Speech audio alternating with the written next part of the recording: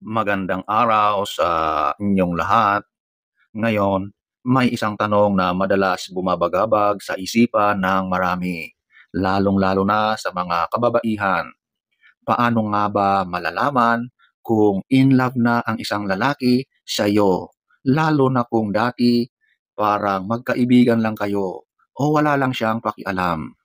So, kung interesado kang malaman ang mga ito, eto, pag-usapan natin ang mga senyales na in love na ang lalaki sa'yo, lalo na kung dati ay hindi pa. So, huwag na tayong magpaligoy-ligoy. Number one, nagiging stalker na siya. Ang ibig sabihin, bigla siyang naging curious sa lahat ng bagay tungkol sa'yo. Dati, simpleng hello lang. Pero ngayon, napapansin mo na sunod-sunod na ang mga tanong. Kumusta na ang araw mo? Saan ka pala galing? Bigla siyang nagiging interesado sa maliit na detalye ng buhay mo. Ito ay dahil gusto niyang malaman lahat ng tungkol sa iyo. Hindi na bilang kaibigan, kundi bilang isang taong may espesyal na lugar sa puso niya.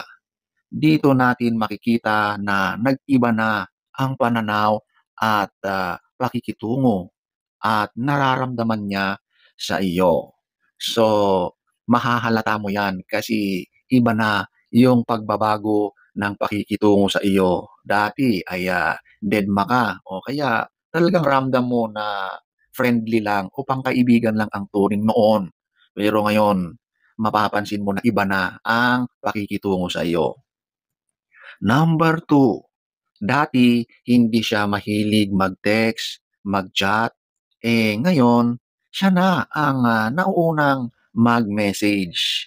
Kung dati kailangan mo pang magsimula ng usapan para lang makapag-usap kayo. Ngayon siya na ang unang nagte-text o nagcha-chat sa'yo. Kahit gaano ka ka-busy, naghahanap siya ng paraan para makausap ka. Biglang may mga meme na sinesend sa iyo o mga emoticons na bigla mong natatanggap o kaya magkukuwento siya ng mga random na bagay na nangyari sa kanya. Ang pag-i-initiate niya ng conversation ay nagpapakita na priority ka niya. Gusto niyang marinig ang boses mo o kahit ang pangalan mo lang araw-araw. Tandaan, ang isang lalaking in love ay laging hahanap ng paraan para maging connected sa taong mahal niya. So ito na yung literal na gumagawa ng paraan para magkausap kayo o magkasama kayo na dati naman ay wala. Number three, nagsisimula siyang magpakita ng kahinaan o vulnerability. Kadalasan ang mga lalaki ay matatapang at hindi nagpapakita ng kanilang emosyon, kanilang kahinaan. Pero kapag in love na siya, nagbabago ito. Dati, puro biruan lang kayo. Pero ngayon, mas nakikita mo yung pagiging sincere niya. Kinikwento niya ang mga pangarap niya. Sinishare niya ang mga tungkol sa pamilya at problema sa buhay. Nag-o-open up siya ng mga kahinaan, mga takot niya sa iyo. Kapag ginawa ito ng lalaki, ibig sabihin nagtitiwala siya sa iyo. Yung hindi nakikita sa iba. Ang pagbibigay ng tiwala na yan ay isa sa pinaka malaking senyales ng pag-ibig. So, ang lalaki kapag comfortable na siya sa piling mo, kapag nagtitiwala siya sa iyo, nag-o-open up 'yan kahit yung mga personal na tungkol sa pagkatao niya. Number four, bigla siyang naging protective. Ang ibig sabihin ay biglang naging concern siya sa safety at well-being mo. Nag-aalala siya kapag ginagabi ka na ng uwi. Tatanungin ka niya kung may nang-aaway ba sa'yo. Kapag may kausap kang ibang lalaki, bigla siyang nagiging seryoso. Maaring nagseselos siya. Ang natural na instinct ng isang lalaking in love ay protektahan ang babaeng mahal niya. Gusto niyang siguraduhin na ligtas ka at walang sino man ang makakasakit sa iyo. Ang pagiging protective niya ay nagpapakita na mahalaga ka sa kanya. So kung dati wala siyang pakialam, ngayon siya na ang guardian angel mo. Number 5, nagiging fan siyang bigla. Ito naman ang cute na senyales na madalas nating makita. Dati, hindi niya napapansin ang mga ginagawa mo. Pero ngayon, bigla siyang nagiging number one fan mo. Pinupuri niya ang mga ginagawa mo. Susuportahan ka niya sa mga bagong passion mo. Nakasmile siya kapag ikinukwento mo ang mga accomplishments mo. Kapag nakita mong proud siya sa iyo at parang gusto niyang ipagsigawan sa buong mundo kung gaano kanya hinahangaan, ibig sabihin, in love na siya.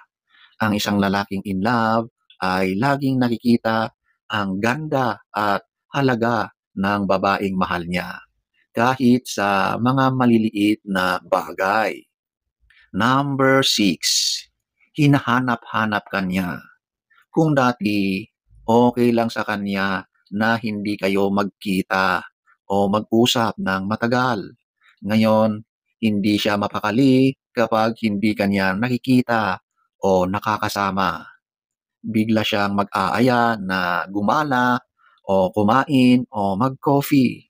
Mag-i-invite siya sa iyo na samahan siya sa mga lakad niya. Mag-e-effort siyang puntahan ka kung saan ka man naroon.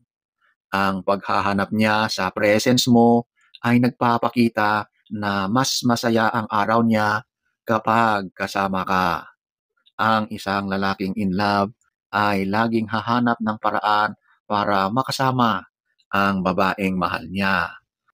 Number 7, masaya siya kapag nakikita kanyang masaya. Isa sa pinakamalaking senyales ng tunay na pag-ibig kapag nakikita niyang masaya ang mahal niyang babae. Ibig sabihin, tunay na in love siya sa iyo. Nakangiti siya kapag nakikita ka niya. Kapag ikinikwento mo ang mga magagandang nangyayari sa iyo, ramdam mo na genuine ang happiness niya para sa iyo. Hindi niya nararamdaman na may bagong competition sa iyo. Bagkus, proud na proud pa siya.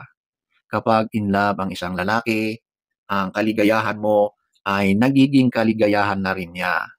Ang pagmamahal niya ay selfless.